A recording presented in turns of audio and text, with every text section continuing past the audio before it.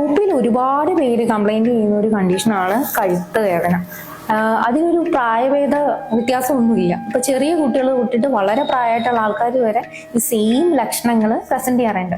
പക്ഷെ ഇതിന്റെയൊക്കെ back story എന്ന് പറയുന്നത് ഡിഫറെൻ്റ് ആണ്. കൊച്ചു കുട്ടികളാണെങ്കിൽ നമുക്കറിയാം, ഇപ്പോൾ എല്ലാ കുട്ടികളും തന്നെ ഫോൺ അഡിക്റ്റ് ആണ് അല്ലേ. അപ്പോൾ ഫോണിൽ റീല് കാണുക, ഗെയിം കളിക്കുക, കണ്ടിന്യൂസ് ആണ്. അവർ അതിൽ നിന്ന് ഫോണിൽ നിന്നൊന്നും മാറ്റിക്കഴിഞ്ഞാൽ ഭയങ്കര കരച്ചിലും ഭാഗമായിട്ടൊക്കെ നമ്മൾ പലപ്പോഴും കണ്ടിട്ടുണ്ട്. അപ്പോൾ അങ്ങനെ വരുന്ന ചെറിയ കുട്ടികൾക്ക് വരെ ഈ കഴുത്ത് വേദന ഭയങ്കര ഒരു ബുദ്ധിമുട്ടായിട്ട് കാണിക്കാറുണ്ട്. അതുപോലെ ഇപ്പോൾ അമ്മമാരൊക്കെ ആണെങ്കിൽ അവർ ഈ സമയം തെറ്റിയുള്ള കുളി, ഉച്ചയ്ക്ക് വീട്ടിലെ ജോലിയൊക്കെ കഴിഞ്ഞിട്ട് കുളിക്കാൻ നിൽക്കുക, അപ്പോൾ തലനീരിറക്കം വരും. അല്ലാണ്ട് വേർതിരുന്നിട്ട് AC-യിൽ പോയിരിക്കുക, അല്ലെങ്കിൽ ഫാനിൽ കൊള്ളുക, അല്ലെങ്കിൽ പോയി കുളിക്കുക. തലനീരിറക്കത്തിന്റെ ഏറ്റവും പ്രധാനപ്പെട്ടിട്ടുള്ള ഒരു കാരണമാണത്.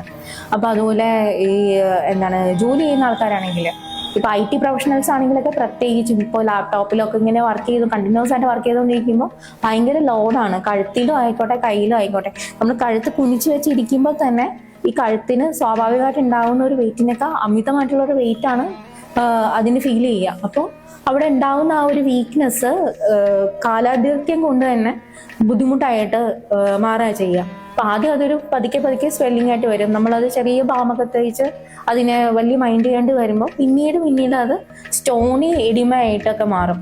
അതിൻ്റെ ഇടയിൽ നമ്മളുടെ നാഡികൾ കംപ്രസ്ഡ് ആയിട്ടാണ് കയ്യിലോട്ടേക്ക് വേദന ഇറങ്ങുക, തരിപ്പായിട്ട് അനുഭവപ്പെടുക.